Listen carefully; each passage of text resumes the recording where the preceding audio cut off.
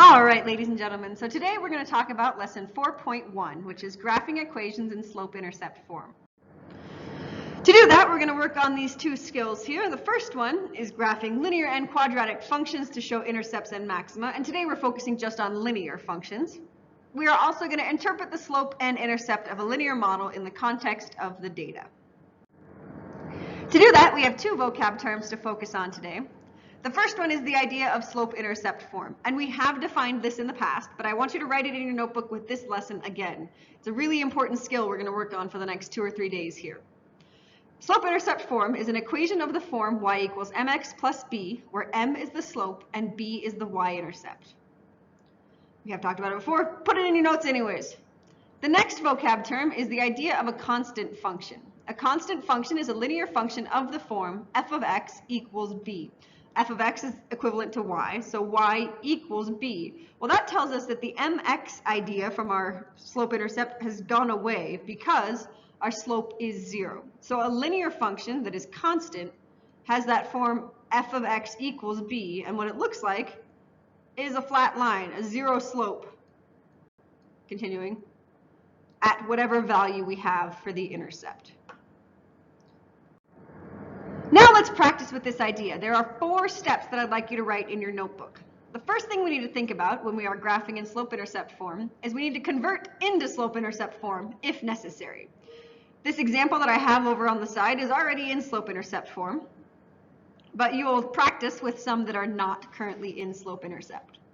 Now, slope-intercept isn't the only way to graph, but it's the skill that we're working on right now. So I want you to convert into that y equals mx plus b form.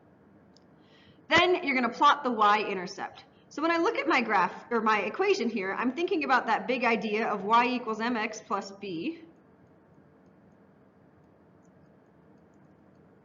So I want to pull out the key pieces. I want to find my m and I want to find my b. Put m there and think about it for a second. B underneath here. Well, if I look at b here, my general form is y equals mx plus b. So my intercept is in -2. Minus 2 is the same thing as plus and -2. So if I have a minus, my intercept should be negative. So now I'm going to plot my y-intercept of 0, -2. That tells me my x value is 0, my y value is -2. Plot spot there. There we go.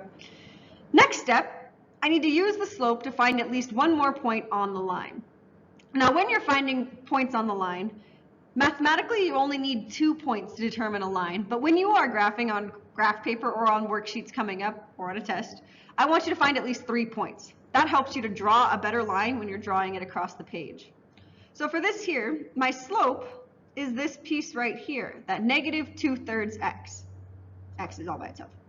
That -2/3. So when we're talking about -2/3, I know I can write that as -2 over a +3. When I know that slope tells me rise over run, my change in y is going to be to go down 2, and my change in x is to go over +3. Put a dot there. Now I'm going to use that same idea. I want to find one more ordered pair. So what I'm going to do, what I see here is I'd run off the page if I wanted to go down 2 and over 3 more. But I know that -2 over 3 is equivalent to +2 over a -3. So that tells me I could have a change of up 2 and backwards 3, and I can put a noob dot over here. Now what I'm going to do, my 4th step, is to connect the points and extend the line. So when I'm connecting the dots here, I want to get a straight edge, a ruler, the edge of a calculator, my textbook, something, so that I can make a nice straight line. Now, on mine, I'm going to be connecting it with my finger, so it's not going to be a beautifully straight line, but you guys will do much better, I'm sure. I want to make sure that I go through the points and I extend across the entire page. In your notes, you need to have these 4 steps written. You do not need to have the graph, but I think it's useful if you wanted to sketch it in your notes. So now let's do a couple practice problems that you will write in your notes. We're going to write the equation of a line in slope-intercept form with the given information. So again, we're starting with that generic idea of y equals mx plus b for each of these pieces. So for the first one, I have y equals mx plus b. I see my slope m and my y-intercept of -3. So I have y equals 1 over 2x plus a -3. I could have that. The other way that I could write this, it's equivalent if I wanted to write y equals 1/2 x minus 3. Either form is correct. I would take either way. One thing that I would not accept, 1/2 x is not the same thing as 1/2x. Make sure that when you're placing your x that it goes next to your fraction bar if it's a fraction, or you could write it as x/2. Mathematically that's correct, but because we're talking about slope and intercept, I think it's best if you keep it separated. That I see my change in y is +1, my change in x is +2, and then my x value is just attached next to it, not in the denominator. Now let's try again with a new one. I have a slope of -3/7 and a y-intercept of 0. So that tells me y equals -3/7, that's my m value, times x plus 0. Now if you wrote this on your homework, you could still get points, but on a test I would take off half a point because this isn't simplified. Your simplified answer should get rid of that +0. And if we look at this here, this should look familiar. This is a type of equation we talked about a couple days ago. It's a direct variation or a proportional relationship. When I go through the intercept of 0, I have a proportional relationship that form y equals kx. Last example on this page here, we have a slope of 0 and a y-intercept of 7. So again, I have my m, I have my b. Oh, I changed colors. There we go, purple. Y equals 0x plus 7. Now I need to simplify. 0x, well 0 times anything is 0, so I'm going to get rid of that part there. And I have y equals 7.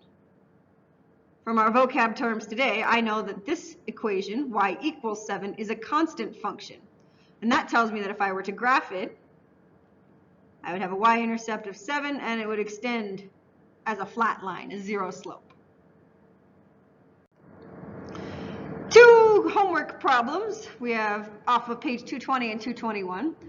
I'm going to take these equations and take these graphs and I want to be able to write the equation. So what I'm going to do is I need to pull out the parts that I know. I need to find m and I need to find b for each of these graphs so that I can plug them into the form y equals mx plus b. Well, if I look at my first one here, we're going to start by finding the y-intercept, just like we would graph by starting with the y-intercept. And I see that I cross the y-axis at a value of +2. To find my slope, I'm going to use the idea of a slope triangle. So I need to see where that blue graphed line crosses exactly at integer values. And I see an integer spot right there. I have a change in y and a change in x. Change in y is up 2. Change in x is over 1, 2, 3. Now I just need to plop that into my fraction. I know that I have the change in y divided by the change in x. My final answer for this one here would be y equals my slope of 2/3 times x plus my y-intercept of +2. We'll do the same thing over here with this other graph. First thing I'm going to find is that y-intercept, and in this case here, I see a y-intercept of 1, 2, 3, 4. Then I'm going to find my slope, so I've got to figure out where it crosses at integer values, and it looks like it crosses at integers there. I have a change in x of 1, 2, 3, 4, 5, and a change in y of 1, 2, 3. So the length of my triangle leg is 3 here, but I want to remember that it's really a change of -3. I'm going down. My slope is -3/5. I'm going to pop that into my equation. I have y equals -3/5. Oops, there we go. X plus 4. Another practice problem straight out of the homework. This is number 51 on page 221. For Illinois residents, the average tuition at Chicago State University is $157 per credit hour. Fees cost $218 per year. Write an equation in slope-intercept form for the tuition T for C credit hours. So again, we're still thinking about that big idea of y equals mx plus b, but now we have t's and c's instead of x's and y's. So what I know is that the total cost of tuition is going to be equal to this price of credit, so 157 per credit hour times the number of credits the student takes plus the fees. Those fees tell me that even if they're taking 0 classes, they still have to pay $218. The second part here, that rate of change, tells me that for every 1 credit they take, the cost of tuition increases by $157. So part A is my equation, T equals 157C plus 218. Well, now I want to think about the cost for a student who's taking 32 credit hours. So what I want to do now, those credit hours, that's telling me a C value. I have C equals 32. So I'm going to use my original equation. I have T equals 157 times C plus 218. But now I have a C value of 32. Order of operations tells me that I need to multiply before I add or subtract. So T equals 157 times 32. Oops. 157 times 32, which is 5,024 plus 218, which gives me a cost of 5,242.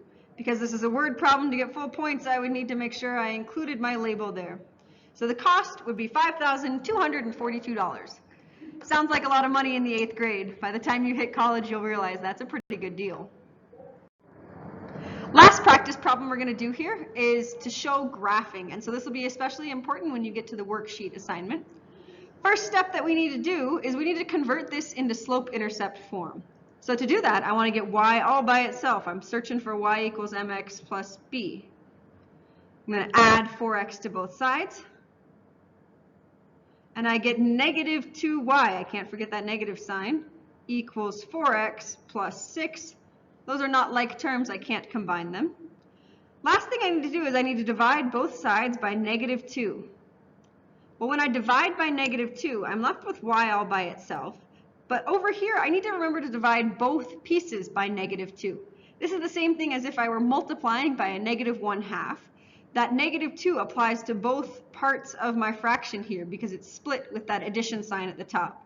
So y equals 4 over negative 2x plus 6 over negative 2. When I simplify, I get a final answer of y equals negative 2x plus negative 3.